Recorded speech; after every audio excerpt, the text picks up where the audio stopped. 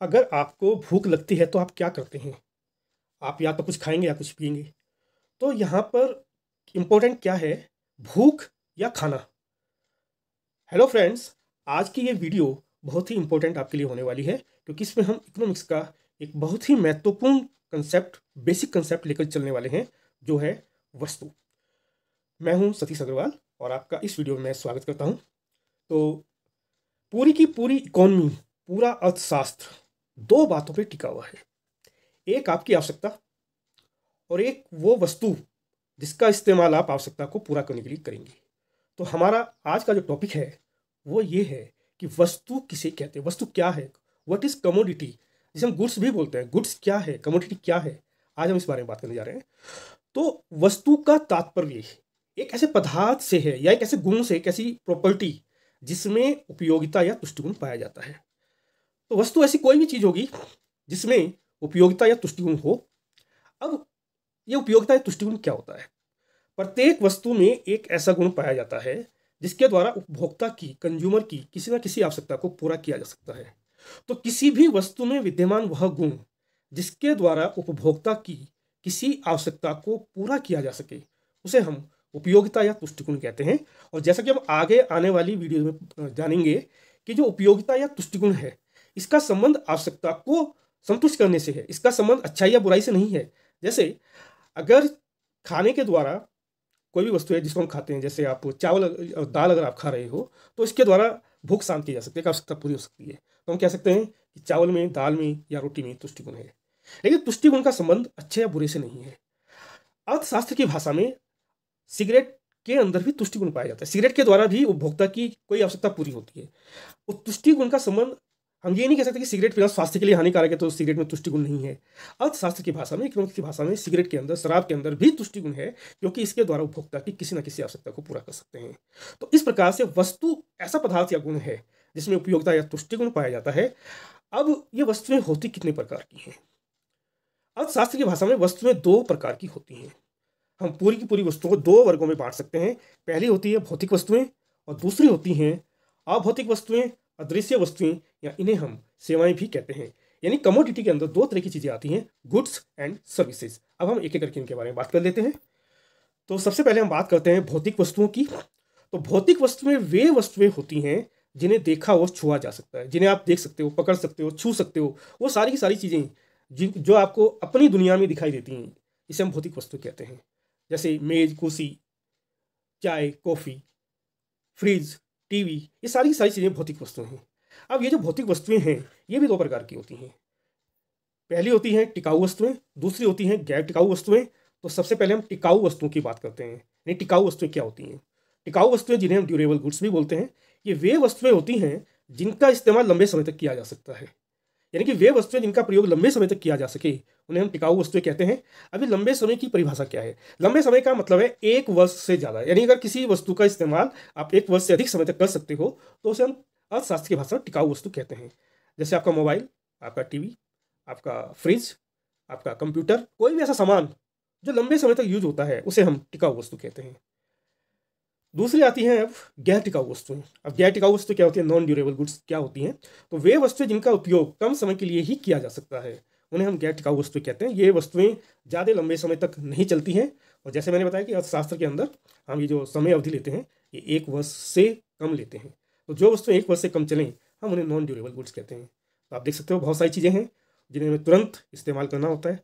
सब्जियाँ हो गई, ज़्यादा लंबे समय तक नहीं चलेंगी, खराब हो जाएंगी। दूध हो गया, मक्खन हो गया, खाने की चीज़ें हो गई, मिठाइयाँ हो गई, ये सारी सारी वस्तुएं गैर टिकाऊ वस्तुएं हैं।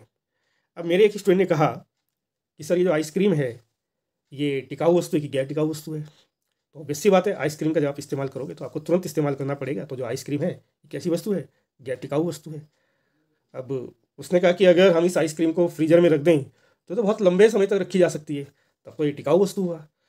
तो आपको एक चीज़ बता दूँ कि जब तक आप वस्तु का इस्तेमाल नहीं करेंगे, तब तक आप इसे टिकाऊ या गैर टिकाऊ नहीं कह सकते। अब छत पे पंखा लटका है, उसका आप इस्तेमाल ही नहीं कर रहे हैं, तो आप कैसे कह सकते हैं क्या है? इसी प्रकार से आइसक्रीम फ्रिज के अंदर रखी हुई है, वो फ्रिज के अंदर रखी है ना, तो जब तक आप उसका इस्तेमाल नहीं करेंगे, आप कैसे कहेंगे टिकाऊ है कि गैर टिकाऊ है? आप आइसक्रीम को फ्रिज से निकालिए, फिर आप देखिए कितने लंबे समय तक चलती है। अभी टिकाऊ है या गैर टिकाऊ आप आराम से समझ सकते हैं। तो आइसक्रीम एकदम आपको इस्तेमाल करनी पड़ेगी। और इस प्रकार से जो आइसक्रीम है ये नॉन ड्यूरेबल गुड या गैर टिकाऊ वस्तु है। यहाँ तक तो ठीक था। अब एक स्टूडेंट में से ये पूछता है कि सर ये जो चाइनीज़ आइटम है ये टिकाऊ है कि गैर टिकाऊ है। अब ये बड़ी ही अव्यवहारिक बात उन्होंने पूछी। अब अगर आप बाजार से एक मोबाइल लेके आए और आपका मोबाइल आपके हाथ से छूटा, टूट गया, आपको ये तो बेकार हो गया, तो गैर टिकाऊ है, तो आप इसकी जो ड्यूरेबिलिटी है ना, आप इसको ये नहीं कह सकते कि मेरे हाथ से टूट गया तो गैर टिकाऊ हो गया। ये बहुत ही अव्यवहारिक बात है, इर्रेशनल बात है। और हम अर्थशास्त्र के अंदर रैशनल कंज्यूमर की बात करते हैं, विवेकशील उपभोक्ता की बात करते हैं। अब जैसे ही उसने कहा कि चाइनीज़ आइटम टिकाऊ है कि गैर टिकाऊ, तो एक मेरा दूसरा स्टूडेंट तुरंत उसका जवाब देता है कि भाई चाइनीज़ आइटम की हालत तो ये है, चले तो चांद तक, ना चले तो शाम तक। तो लेकिन ये कोई ना तो व्यवहारिक बातें हैं ना व्यवहारिक चीज़ें हैं। तो अर्थशास्त्र की भाषा में ऐसी वस्तु जिनका उपयोग आप लंबे समय तक कर सकते हैं वो टिकाऊ वस्तु हैं, लंबे समय तक नहीं कर सकते वो गैर टिकाऊ वस्तु हैं। अब आप अगर किसी सामान को जानबूझकर तोड़ दें और फिर कहें ये गैर टिकाऊ वस्तु है, तो ये कोई व्यवहारिक बात नहीं है, विवेकशील बात नहीं है। अब हम दूसरी प्रकार की वस्तु की बात करते हैं जिन्हें हम बोलते हैं अदृश्य वस्तुएं, जिसका नाम ही अदृश्य वस्तुएं, जिनको हम इनटेंजिबल गुड्स ये कहते हैं। तो अदृश्य वस्तुएं वे वस्तुएं होती हैं जिन्हें देखा हुआ छुआ नहीं जा सकता, परंतु इनका कोई ना कोई मौद्रिक मूल्य अवश्य होता है। आप कहोगे सर ऐसी क्या वस्तु हो सकती है जो दिखाई नहीं देती? तो जितने भी सेवाएं हैं, सर्विसेज हैं, इनका मूल्य होता है। आप एक डॉक्टर के पास जाते हो, डॉक्टर आपका ट्रीटमेंट करता है, तो डॉक्टर यहाँ अपनी सेवा के बदले आपसे अपना मूल्य लेता है। तो यहाँ पर जो सेवा है वो एक अदृश्य वस्तु है। एक टीचर है, वो पढ़ा रहा है, बदले में कोई ऐसी वस्तु वो नहीं दे रहा है जिसे देखा या छुआ जा सके, परंतु अपनी सेवाएं दे रहा है और सेवा के बदले वो पैसा ले रहा है। तो इस प्रकार की जो सेवाएं हैं जिनके बदले पैसा लिया जाता है, इन्हें हम अदृश्य वस्तुएं या सेवाएं भी कहते हैं। एक बात का और ध्यान रखिएगा, अब घर में जो माँ होती है बच्चों की देखभाल करती है, वो भी सेवा करती है, लेकिन उसका मौद्रिक मूल्य नहीं है, वो उसने सेवा की है। तो यहाँ पर ये जो सेवा है इसको हम वस्तु इसलिए नहीं कहेंगे क्योंकि इसने इसका मौद्रिक मूल्य नहीं लिया।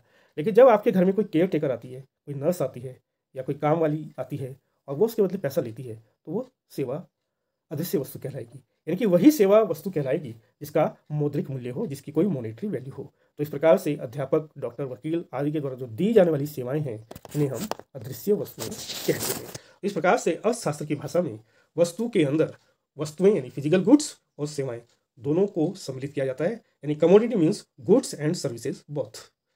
अब ये जो वस्तुएं हैं उपयोग के आधार पर इनको हम कई वर्गों में बांट सकते हैं, जैसे कंज्यूमर गुड्स या उपभोक्ता वस्तुएं। अब हम कहेंगे कि उपभोक्ता वस्तुएं किन्हें कहते हैं, तो वे सभी वस्तुएं जिनका उपयोग किसी उपभोक्ता द्वारा अपनी उपभोग आवश्यकताओं को पूरा करने के लिए किया जाता है, उन्हें हम उपभोक्ता वस्तुएं कहते हैं। तो ऐसी कोई भी वस्तु जो व्यक्ति, समूह या संस्था अपनी उपभोग आवश्यकता को पूरा करने के लिए इस्तेमाल करेगा, उसे हम उपभोक्ता वस्तु कहते हैं।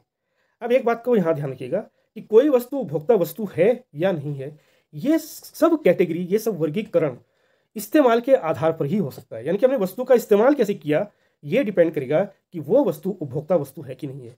उदाहरण के लिए, जब कोई व्यक्ति कार का उपयोग अपने पर्सनल काम के लिए करता है, अपने निजी काम के लिए करता है, तो कार एक उपभोक्ता वस्तु है। यानी कि जब भी कोई कंज्यूमर अपनी पर्टिकुलर नीड को पूरा करने के लिए, अपनी व्यक्तिगत नीड को पूरा करने के लिए वस्तुओं का प्रयोग करता है, तो जिन वस्तुओं का प्रयोग करेगा उन्हें हम उपभोक्ता वस्तुएं कहते हैं। दूसरे प्रकार की जो महत्वपूर्ण वस्तुएं हैं उन्हें बोलते हैं उत्पादक वस्तुएं, प्रोड्यूसर गुड या कैपिटल गुड्स।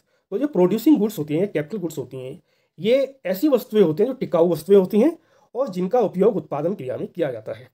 तो उत्पादक वस्तुएं ड्यूरेबल गुड्स हैं which are used in production process. तो जितने भी मशीन्स हैं, उपकरण हैं, यंत्र हैं या पूंजीगत वस्तुएं हैं, ये सब उत्पादक वस्तुओं में आती हैं। अब कोई वस्तु उत्पादक है या उपभोक्ता है, ये उसके इस्तेमाल पर निर्भर करता है। अब हम कार की बात करते हैं। अब ये कार है, अगर कार का इस्तेमाल आप अपने व्यक्तिगत कार्यों के लिए कर रहे हैं तो ये उपभोक्ता वस्तु है। लेकिन उसी कार का उपयोग यदि आप टैक्सी के रूप में करते हो, सवारी को लाने ले जाने के लिए करते हो, उसके बदले में किराया लेते हो, तो यहाँ पर कार अब आपकी उत्पादक वस्तु बन जाएगी। फ्रिज को ले लेते हैं, रेफ्रिजरेटर या फ्रिज। अब अगर एक फ्रिज आपके घर में रखा है, उसमें आपने कोल्ड ड्रिंक रखे हुए हैं या खाने की चीज़ें रखी हुई हैं, उसका इस्तेमाल आप घर में कर रहे हो, तो यहाँ पर जो फ्रिज होगा वो होगा उपभोक्ता वस्तु। लेकिन जब यही फ्रिज कोई दुकानदार, कोई विक्रेता, कोई उत्पादक अगर उत्पादन क्रिया के लिए करे, आपको जी फ्रिज का उपयोग उत्पादन क्रिया में कैसे करें। अब दुकानदार ने फ्रिज अपनी दुकान में रखा हुआ है, उस फ्रिज में वो आइसक्रीम रखता है, कोल्ड ड्रिंक्स रखता है, बाकी चीज़ें रखता है बेचने के लिए। तो यहाँ पर वो फ्रिज का इस्तेमाल इसलिए कर रहा है ताकि अपनी चीज़ों को बाजार में बेच सके। यानी फ्रिज का इस्तेमाल पैसा कमाने के लिए कर रहा है। तो जब वो फ्रिज का इस्तेमाल पैसा कमाने के लिए करेगा तो यहाँ पे फ्रिज जो है उत्पादक वस्तु होगा, ना कि उपभोक्ता वस्तु। तो एक वस्तु उत्पादक भी हो सकती है, एक वस्तु उपभोक्ता भी हो सकती है। ये निर्भर करता है कि आप उसका इस्तेमाल कैसे करते हो। फॉर एग्जाम्पल, जैसे आप किचन में गैस का इस्तेमाल करते हो, तो यहाँ पर किचन में जब आप गैस इस्तेमाल कर रहे हो चाय बनाने के लिए, खाना बनाने के लिए, तो वो जो किचन गैस है वो आपकी उपभोक्ता वस्तु होगी। लेकिन अगर कोई होटल वाला या कोई चाय वाला उस गैस का इस्तेमाल चाय बनाकर बेचने के लिए करता है, तो वही गैस जिसे हम किचन गैस बोल रहे हैं वो किचन गैस ना रहकर अब वो उत्पादक वस्तु हो जाएगी। तो जब हम किसी वस्तु का उपयोग पैसा कमाने के उद्देश्य से करते हैं, उत्पादन कार्य के लिए करते हैं, तब वो उत्पादक वस्तु होती है। और जब उस वस्तु का प्रयोग हम अपने उपभोग के लिए करते हैं, व्यक्तिगत उपभोग या सामूहिक उपभोग के लिए करते हैं, तब वो उपभोक्ता वस्तु होती है। अब वस्तुओं को एक अन्य कैटेगरी में डिवाइड करते हैं, मध्यवर्ती वस्तु, इंटरमीडिएट गुड्स। तो हम क्या करते हैं, जब उत्पादन क्रिया होती है तो एक प्रकार की वस्तु को दूसरे प्रकार की वस्तु में बदलते हैं। तो जिन वस्तुओं का प्रयोग अन्य वस्तुओं को बनाने में किया जाता है, परंतु उत्पादन क्रिया में जिनका अपना अस्तित्व समाप्त हो जाता है, ऐसी वस्तुओं को हम मध्यवर्ती वस्तुएं कहते हैं। तो जो मध्यवर्ती वस्तुएं होती हैं, इनकी दो विशेषताएं हैं। पहली विशेषता, इसका प्रयोग अन्य वस्तुओं को बनाने में किया जाता है, और दूसरी विशेषता, उत्पादन क्रिया में इनका अस्तित्व समाप्त हो जाता है। उदाहरण के लिए मान लेते हैं आप पकौड़े बना रहे हो, तो पकौड़े बनाने में जब आप आलू का इस्तेमाल करेंगे तो यहाँ पर आलू जो है मध्यवर्ती वस्तु है। पकौड़े बनने के बाद आलू का अपना अस्तित्व समाप्त हो जाएगा। अस्तित्व समाप्त होने का मतलब ये नहीं कि आलू खत्म हो जाएगा, अस्तित्व समाप्त होने का मतलब ये है कि जो आलू ओरिजिनल स्टेट में था, अब आलू वो नहीं रहेगा। तो इस प्रकार से जितना भी कच्चा माल है और जितनी भी अर्धनिर्मित वस्तुएं हैं, उन्हें हम मध्यवर्ती वस्तुएं कहते हैं। इस कंसेप्ट को समझना बहुत जरूरी है, क्योंकि आगे जब आप राष्ट्रीय आय या नेशनल इनकम से संबंधित चीज़ें पढ़ेंगे या उत्पादन से संबंधित चीज़ें पढ़ेंगे, तब ये कंसेप्ट बहुत ही महत्वपूर्ण होगा। तो आप बिल्कुल समझ लीजिएगा कि जिन वस्तुओं का प्रयोग अन्य वस्तुओं को बनाने में किया जाता है, परंतु उत्पादन क्रिया में जिनका अपना अस्तित्व समाप्त हो जाता है, यह मध्यवर्ती वस्तुएं कहलाती हैं। उदाहरण के लिए पकौड़े बनाने के लिए आप जिस कढ़ाई का इस्तेमाल करोगे, आपने कढ़ाई का इस्तेमाल किया, कढ़ाई उत्पादक वस्तु है, ड्यूरेबल गुड है, इसका इस्तेमाल उत्पादन क्रिया में किया जा सकता है, तो उत्पादक वस्तु हुई कढ़ाई। पकौड़े बनाने के बाद कढ़ाई को आप दोबारा से धोकर साफ करके इस्तेमाल कर सकते हो, तो यहाँ पर कढ़ाई का अस्तित्व समाप्त नहीं होता है। तो कढ़ाई जो है उत्पादक वस्तु तो है, लेकिन मध्यवर्ती वस्तु नहीं है, बल्कि कढ़ाई जो है पूंजीगत वस्तु है, लंबे समय तक इसका इस्तेमाल कर सकते हैं। तो पूंजीगत जो वस्तुएं होती हैं उनका डेप्रिसिएशन होता है, उनकी घिसावट होती है, परंतु उनका अस्तित्व समाप्त नहीं होता है। परंतु जो मध्यवर्ती वस्तुएं होती हैं, इनका अस्तित्व उत्पादन क्रिया में समाप्त हो जाता है। अब कोई वस्तु मध्यवर्ती है, इसका उपयोग से ही पता लगेगा कि वस्तु मध्यवर्ती है कि नहीं। उदाहरण के लिए ब्रेड बनाने के लिए हम आटे का प्रयोग करते हैं, तो आटे का इस्तेमाल ब्रेड बनाने के लिए किया गया, तो आटा जो है मध्यवर्ती वस्तु या इंटरमीडिएट गुड्स होगा। इसी प्रकार से अंतिम जो वर्ग है वस्तुओं का, हम उसे बोलते हैं अंतिम वस्तुएं या फाइनल गुड्स। इसको समझना बहुत जरूरी है, क्योंकि आगे आने वाले जो चैप्टर्स हैं नेशनल इनकम से संबंधित, उसमें ये चीज़ें काम आएंगी। तो अंतिम वस्तुएं वे वस्तुएं होती हैं जिनका उपयोग अंतिम उपभोग यानी फाइनल कंजम्पशन के लिए किया जाता है। अब कोई वस्तु अंतिम है या नहीं, ये भी उपयोग से ही निर्धारित होगा। उदाहरण के लिए ब्रेड है, आप ब्रेड का इस्तेमाल दो तरीके से कर सकते हो। आप ब्रेड को सीधे ही चाय के साथ खा सकते हो, ब्रेड को गर्म करके दूध के साथ खा सकते हो, और या फिर आप ब्रेड का इस्तेमाल पकौड़े बनाने के लिए कर सकते हो, आप ब्रेड का इस्तेमाल सैंडविच बनाने के लिए कर सकते हो।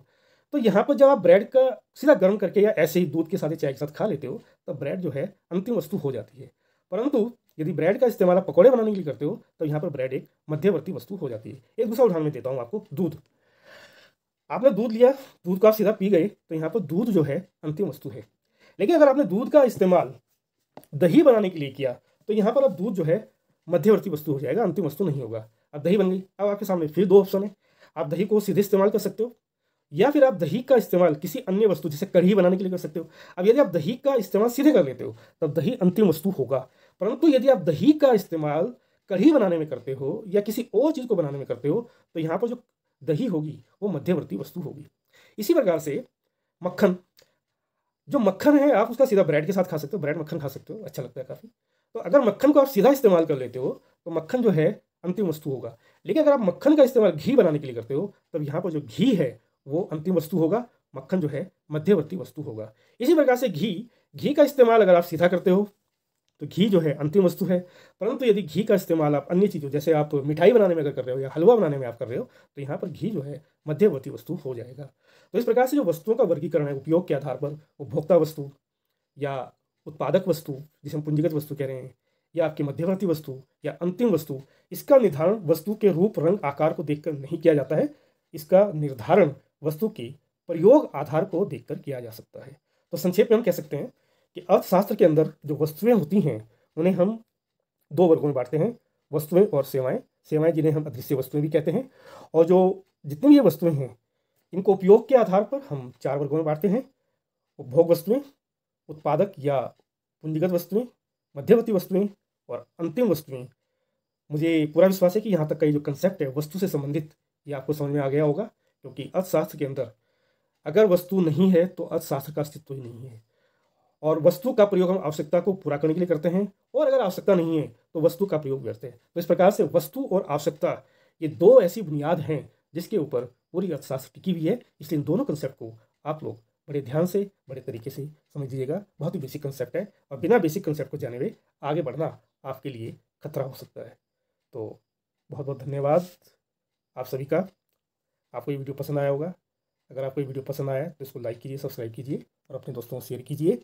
अगले वीडियो में हम इसी प्रकार के अन्य बेसिक कंसेप्ट के बारे में बातचीत करेंगे।